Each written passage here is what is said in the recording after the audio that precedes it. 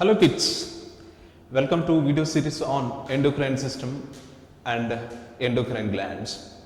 Students, have you ever thought how a small baby grows during his puberty or from childhood to an adult? It was based upon a certain kind of system that is present in our body. What is that major system seen in our body? The definitely endocrine system. So students, in this session, in this video, deeply, briefly, interestingly, we are going to discuss about all kind of endocrine glands. Let us see each and every endocrine glands and their secretions and their functions. Before that, you have to learn the introduction. So, a scientist namely Starling, well known for the discovery of hormones. As per the scientist called Starling, endocrine glands producers are able to produce the hormones. So based upon the structure and functions, endocrine glands are generally produces hormones. By the way, what are the various endocrine glands that are noticed by the scientists till date? Let us see all endocrine glands first of all. After that we will see the functions. So there are various endocrine glands seen in our body. So in the anatomical view of human body, you can see the endocrine glands from the top anterior position of the body to posterior position. So at the head region or in the brain, you can see the pituitary gland.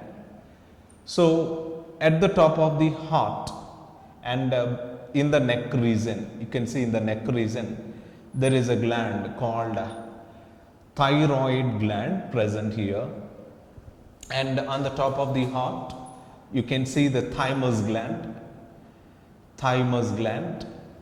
and whereas you can see here the kidneys, but in the diagram kidneys are not mentioned, but we will draw. On the top of the each kidney, which means on the top of the each kidney there is a cap-like structure present called adrenal gland.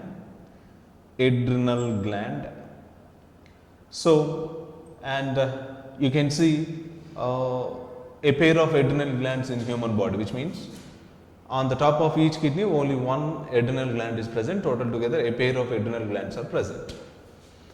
And you can see the pancreas here. Pancreas is also one of the endocrine gland, especially the endocrine part of pancreas. Endocrine part of pancreas able to produce the hormones, isn't it? And you can see the testicles here. These are testes, a pair of testicles, also a part of endocrine system. And even in the ovaries, you can see the ovaries here. These ovaries are also a part of endocrine system in human body. So these endocrine glands and their functions we have to know. And in the brain itself you can see pineal glands. These pineal glands also produces the hormones. And even at the neck region you can see the parathyroid glands which are located around the thyroid gland. These parathyroid glands able to produce the hormones. Every endocrine gland in our body able to produce some chemical components called as hormones.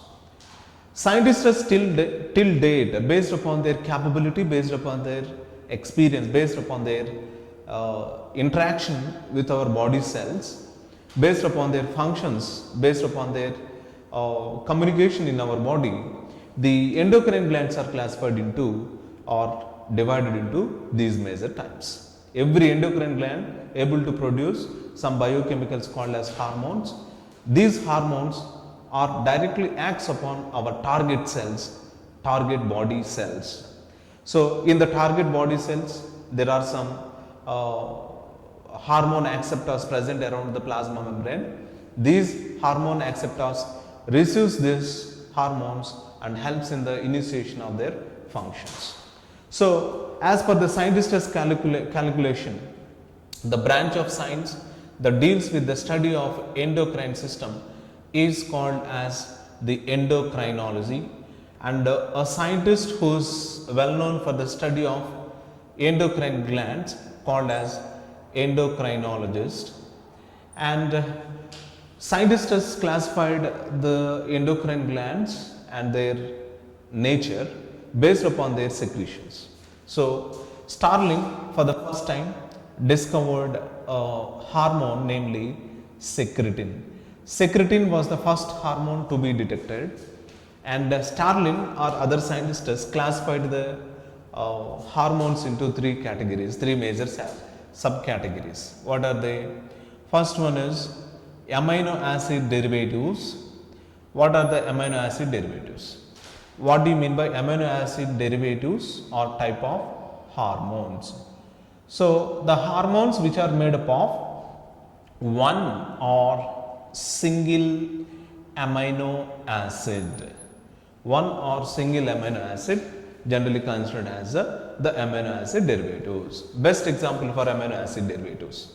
There are many amino acid derivatives are found in human body. Among those, if you see the tyrosine and tyrosine as a derivative of tryptophan, okay, tyrosine as a derivative of tryptophan, and not only tyrosine, thymosin, and also a part of amino acid derivative in our body. Epinephrine, norepinephrine are also a part of amino acid derivatives. Second type of hormones, they are peptide hormones. What are peptide hormones or peptones or proteins? Hormones which are made up of, here if you see, hormones generally made up of amino acids, right? These amino acids, some of them contain only 3 to 49 different types of hormones or amino acids, whereas some peptide hormones, they contains 3 to 200 different types of amino acids. So the hormones which are made up of only 3 to 49 amino acids, they are called as we can call them as simple amino acids or simple proteinous hormones, whereas 3 to 200 type of or 3 to 200 amino acids are present in complex hormones. We can call them as the complete protein hormones, and we can call these type of hormones as peptones, or we can call them as peptide hormones. So by the way, what are the examples for peptide hormones? What are the types of peptide hormones that are present in our body? The peptide hormones which includes like anterior pituitary gland and its secretion. As we have seen, in the brain there is a gland present called pituitary gland. So peptide hormones which includes anterior pituitary hormones and its secretions, pancreas and its secretions, and thyroid gland and its secretions, follicle stimulating hormone and its secretion. Follicle stimulating hormone and luteinizing hormone, these are the hormones of anterior pituitary gland. So all these are very familiar examples for the peptide hormones or proteinous hormones. Okay. So this is the introduction part of our endocrine system. If you want to learn the functions of pituitary gland and the secretions of pituitary gland, let us watch the next video. And if you want to learn the secretions of thyroid gland and parathyroid gland, you have to watch the entire series of videos in this lesson. Clear, students? I hope so you have enjoyed the session, and we'll meet in the next session once again. Thank you. Have a nice day.